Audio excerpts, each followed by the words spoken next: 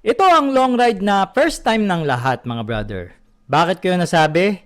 Una, first time ng FKM na sumabak sa Ilocos Sur Invitational Ride ngayon na pang-siyam na taon. Pangalawa, first time rin ang bagong model unit nila na Slick 400 na sasabak sa ganitong kalayong ride na almost 950 kilometers balikan magmula dito sa Olongapo papuntang Bigan, Ilocos Sur. Pangatlo mga brad, first time rin ng rider, which is ako yon, na magra-ride ng ganito kalayo na takbuhan. At pang-apat, first time natin magre-review ng ganito kahabang biyahe. So, worth it kaya mga brother? Well, para sa akin, napaka-solid ng experience ko dito kasama ang Team FKM at mga kapwa motovloggers ko. Kaya mga brothers, let's go! Sa go!